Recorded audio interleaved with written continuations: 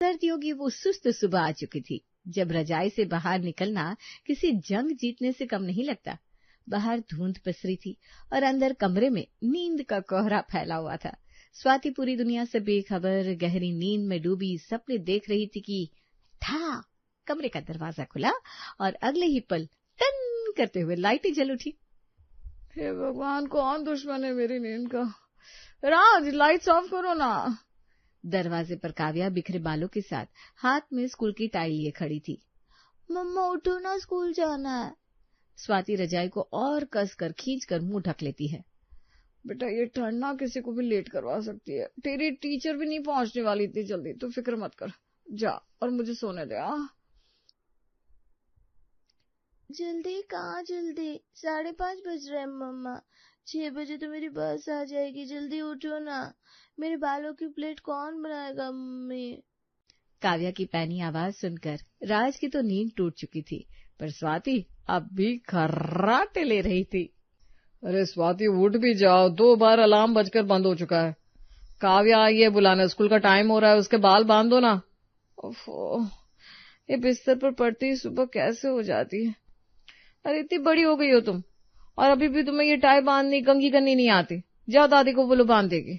मैं सो रही हूँ, गुड नाइट, और मुझे कोई मत उठाना प्लीज। काव्या दरवाजा बंद करके लाइट्स ऑफ करके जैसे कमरे से बाहर निकलती है, राज कहता है, बिना प्लेट्स के, बिना टाई के अगर काव्या स्कूल जाएगी तो उसे मिलेंगे नेगेटिव मार्क्स, जिसका असर उसके रिजल्ट्स पर पड़ेगा, और फिर पेरेंट्स टीचर मीटिंग में तुम्हें 10 बातें सुनाई जाएगी। सो अलग। अरे उठ रही हूँ पापा, उठ रही हूँ। जिंदगी झंड हो गई मेरी सच्ची। स्वाति किचन में पहुंचती है, जहां उसकी जिठानी की बेटी खुद के लिए सैंडविच बना रही थी। पूजा बेटा, खुद टिफिन बनाने में दिक्कत होती होगी ना तुम्हें? भाभी को क्यों नहीं जगा देती? इतने सालों तक मम्मा ने तो सब कुछ किया है चाची।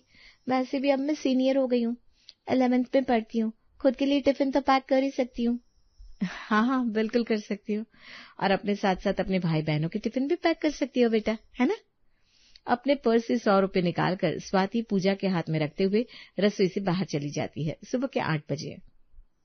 राज की माँ, आज नाश्ता वाश्ता मिलेगा कि भूखे ही जाना पड़ेगा?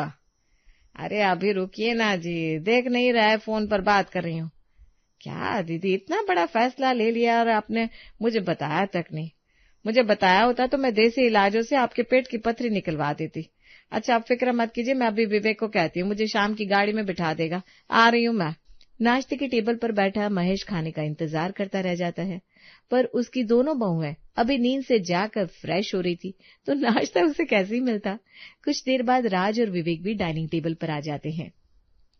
मम्मी जरा मेरा नाश्ता तो करवाओ, निकलना है मुझे। टेढ़ी टेढ़ी कमर से चलती हुई सीता बाहर आती है। अब कुछ दिनों के लिए तुम लोगों को अपने नाश्ते का इंतजाम अपनी बीबियों से करवाना होगा बेटा। तेरी बड़ी मौसी का फोन आया था, वो अपनी पथरी का ऑपरेशन करवाने वाली है। ऐसे में किसी का साथ होना बहुत जरूरी है, तो तू मुझे ट्रेन में बिठा दे, वहां मुझे जीजाजी उतार लेंगे। आप चली जाएंगे तो हम लोगों के नाश्ते का क्या होगा राज की मम्मी? हाँ मम्मी, प्लीज ऐसा मत करो। तुम्हें पता है, मुझे अगर सही से नाश्ता नहीं मिलता तो मेरे सर में दर्द हो जाता है, और फिर इस दर्द को लेकर ऑफिस का काम नहीं होगा मुझसे। पर इस बार तो सीता ने सोच लिया था कि वो किसी का भी सोचकर रुकने वाली नहीं है। इतने सालों में क्या किया मैंने, अपने मायके वालों के लिए कुछ भी नहीं कर पाई। कभी तुम्हारे बाप को गर्मा गर्म रोटी चाहिए थी, कभी तुम दोनों की तबीयत खराब हो जाती थी। अब तो तुम दोनों की शादी कर दी।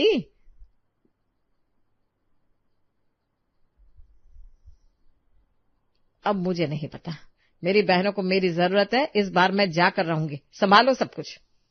अरे अपने पोते पोतियों के बारे में तो सोचिए, उन्हें तैयार करने से लेकर स्कूल भेजने तक सब घूम फिर कर आप पर ही तो निर्भर है। आज तो मैं हूं, कल को नहीं रहूंगी तब? बेटों को ब्याहने तक मेरी जिम्मेदारी थी, पर उसके बाद भी मेरी जिम्मेदारी कायम रही। बहुओं को अपनी नींद प्यारी है, कोई 9 बजे के पहले उठना नहीं चाहती। ऐसे में सुबह उठकर बच्चों को तैयार करके उनकी चोटी बनाकर सभी का नाश्ता बनाना, इतने सालों से सब करती आई हूं ना मैं। अब 10-15 दिन तुम लोग खुद संभालो, या फिर अपनी बीवियों को बोल दो रोटी बनाने के लिए। मुझे कुछ नहीं पता, मैं चली। यहाँ सीता को विवेक स्टेशन छोड़ने जाता है। वहां स्वाति और निकी के हाथ पैर ठंडे हो जाते हैं, ठंड से नहीं टेंशन से। बताइए भाभी, सब कुछ कैसे होगा? पूजा तो बड़ी हो गई है, समझदार हो गई है, खुद तैयार हो जाती है, आपकी मदद भी कर देती है। पर मेरी बच्ची, उसके तो बाल बनाना, टाई बनाना सब कुछ मम्मी जी करती थी, ऊपर से कभी कभी टिफिन भी बना देती थी। अब सब कुछ कैसे होगा? ये तो राम जाने अब सब कैसे होगा। टिफिन देने से तो तू फिर भी बच सकती है, कुछ दिनों को बच्चों को घर पर बिठा ले। ये नकारा तो ऐसे छुट्टी मारने को तैयार रहते हैं, पर इनके बाप दादों का क्या करेंगे? 8 बजे पापा जी को नाश्ता चाहिए होता है, 9 बजे इन दोनों भाइयों को। 8 बजे नाश्ता तैयार करने के लिए कम से कम 5:30 बजे उठना पड़ेगा, फिर मुझे नहाना पड़ेगा, शैम्पू करना। बर्तन वाली तो सुबह 10 बजे आती है, यानी कि नाश्ता बनाने के लिए जो बर्तन इस्तेमाल होंगे वो भी खुद साफ करने होंगे, और उसके बाद जाकर नाश्ता तैयार करना होगा। दोनों देवरानी जेठानी अपने भविष्य की सोचकर लंबी सांसें ले रही थी, तभी पूजा दरवाजा खोलकर कमरे के अंदर आती है। वैसे मम्मी, दादाजी को गर्मा गर्म नाश्ता करने की आदत है। दादी उन्हें हमेशा गर्मा गर्म नाश्ता देती थी, और पापा का तो आपको भी पता ही होगा। और चाचा जी, ज्यादा ज्ञान मत दे तू, दिमाग खराब हुआ ना तो तुझसे रोटियां बनवाऊंगी मैं। रात को डिनर करते हुए निक्की स्वाति से कहती है, देख स्वाति, ना करते हुए भी काव्या का टिफिन बनाने के लिए तुझे उठना ही पड़ेगा, तो जरा सभी का नाश्ते का भी देख लेना ना। मतलब मेरे नाश्ते की फिक्र करने की जरूरत नहीं है तुम्हें, तुम तो जानती हो मैं ब्रेकफास्ट कभी कर ही नहीं पाती, मैं तो सीधा ब्रंच ही करती हूँ। वो काव्या का क्लासमेट नहीं है सौरभ, जिसकी मम्मी मेरी किटी मेंबर है, मैंने उनसे बात कर ली है। वो 15 दिनों के लिए सौरभ के साथ काव्या के लिए भी टिफिन दे देगी, तो मेरी तो प्रॉब्लम सॉल्व होगी। बाकी आप अपना देख लीजिए भाभी। और रही बात बाकी सभी के जल्दी उठने की, तो मैंने ये पहले ही दिन क्लियर कर दिया था रात से कि नींद को लेकर मैं कोई कॉम्प्रोमाइज नहीं कर सकती, वरना मुझे ना सर दर्द हो जाता है और फिर पूरा दिन बर्बाद हो जाता है मेरा। वरना मुझे काम करने में कोई प्रॉब्लम नहीं है। रात को आप मुझसे 3 बजे तक काम करवा लो, बस सुबह उठने को मत कहो। इन दोनों की गुफ्तगू सुनकर लगता नहीं कि नाश्ता मिलने वाला है। 2 समोसे खाकर ही निकल जाऊंगा, और क्या कर सकता हूँ।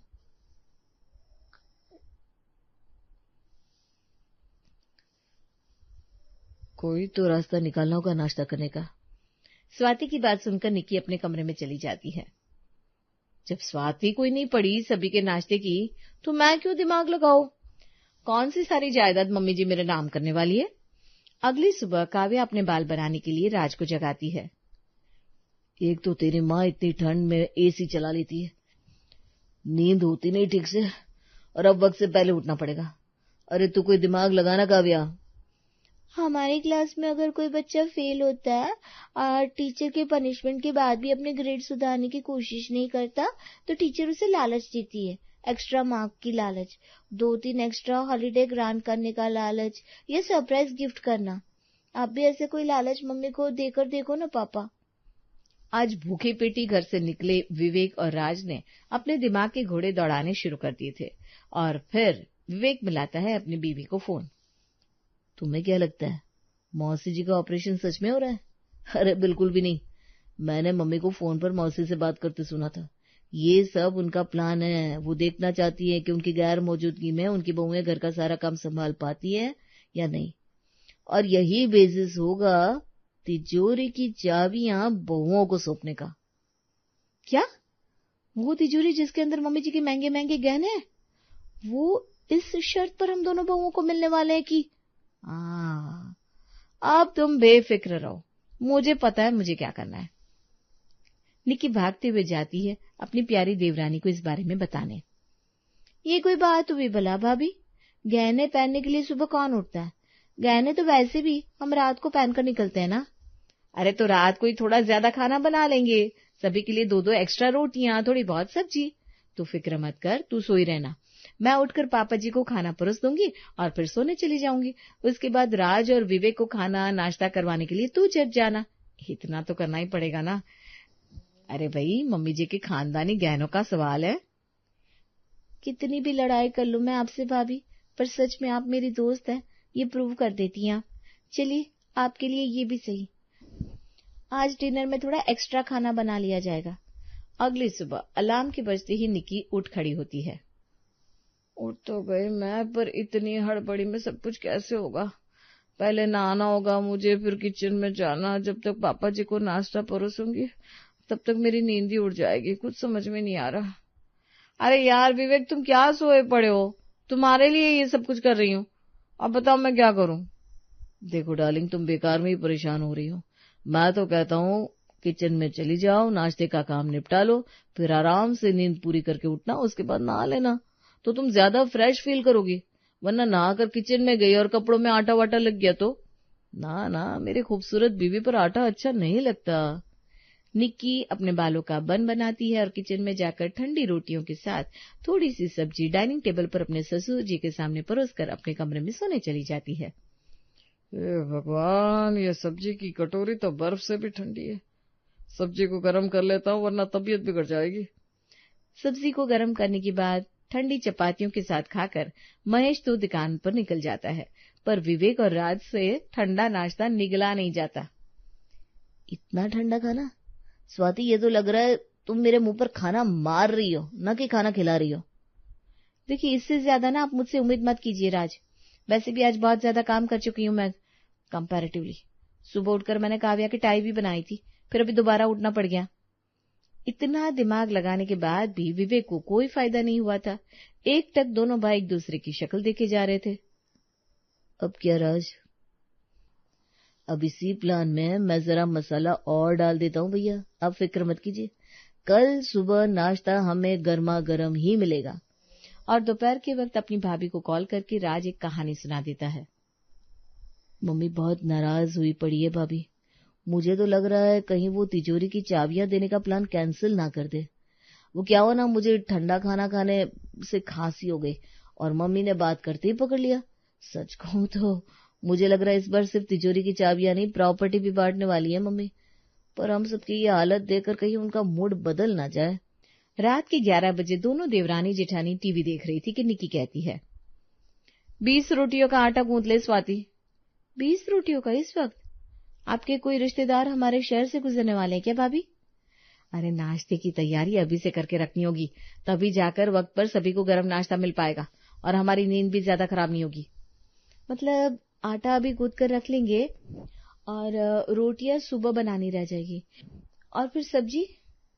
इनकी सब्जी खाने में कितने नखरे हैं भाभी, पता है ना आपको। सब्जी मुझसे नहीं बनाई जाएगी, मैं रोटियां बना दूंगी, सब्जी आप बना लीजिएगा।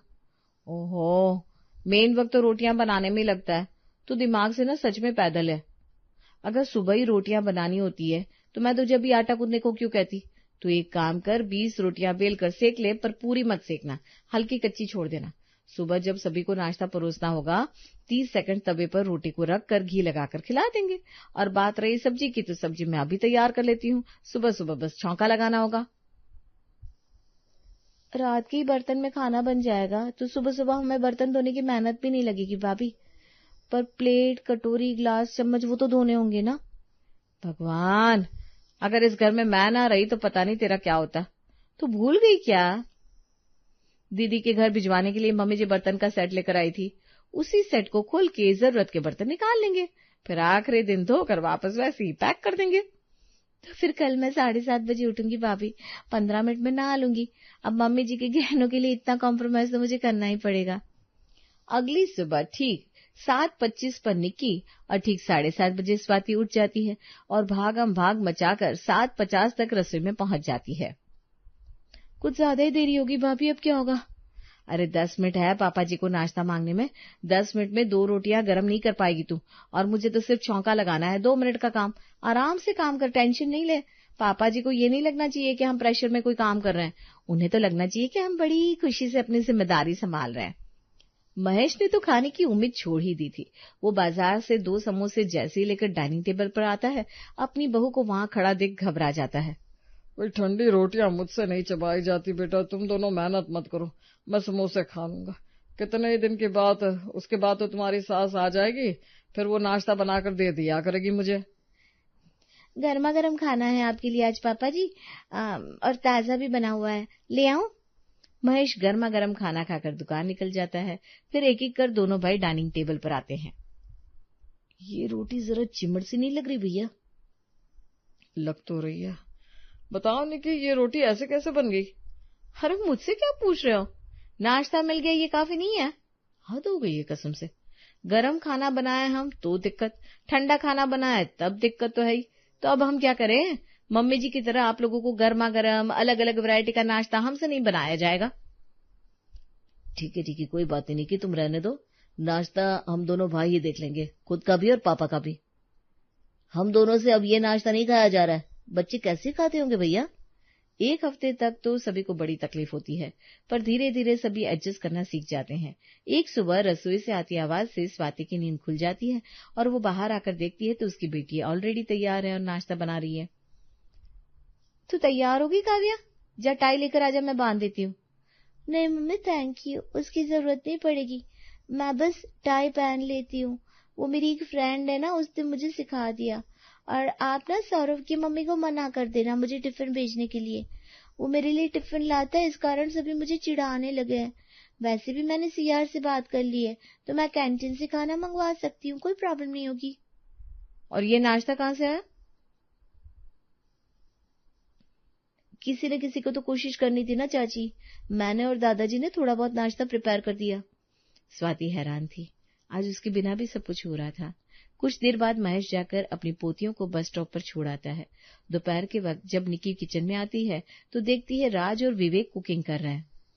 तुम दोनों यहाँ हो तो फिर ऑफिस में बात कर ली हमने, लंच के वक्त हम 2 घंटे ऑफिस से छुट्टी लेंगे। इसके लिए हमें ऑफिस के बाद 2 घंटे एक्स्ट्रा काम करना होगा, पर कोई प्रॉब्लम नहीं। भाई हम सब कुछ सीखना चाहते हैं ताकि नाश्ते के लिए किसी पर डिपेंडेंट ना होना पड़े। जैसे जैसे दिन बीत रहे थे, घर के मर्दों ने नाश्ते के साथ साथ दोपहर और रात के डिनर का भी इंतजाम कर लिया था। उन्होंने सारा काम संभाल लिया था। अब दुकान, ऑफिस, स्कूल के साथ बच्चे, घर के मर्द सब कुछ संभाल रहे थे। फिर लौट आती है सीता। क्या हुआ बहू, तुम दोनों ने मुझे फोन करके इतनी अर्जेंट में क्यों बुलाया? ऐसी क्या बात हो गई? मुझे तो लगा यहाँ सब कुछ अच्छा है। तेरे पापा जी तो कह रहे थे बेफिक्र होकर रहो। वही तो मम्मी जी, यहाँ सब इतने बेफिक्र हो गए कि कोई हम दोनों को पूछता भी नहीं है हम जगह हैं या सोए हैं या बाहर घूम रहे हैं। पतियों का छोड़िए, बच्चों को भी मतलब नहीं है। अब पापा जी उनका होमवर्क करवा देते हैं।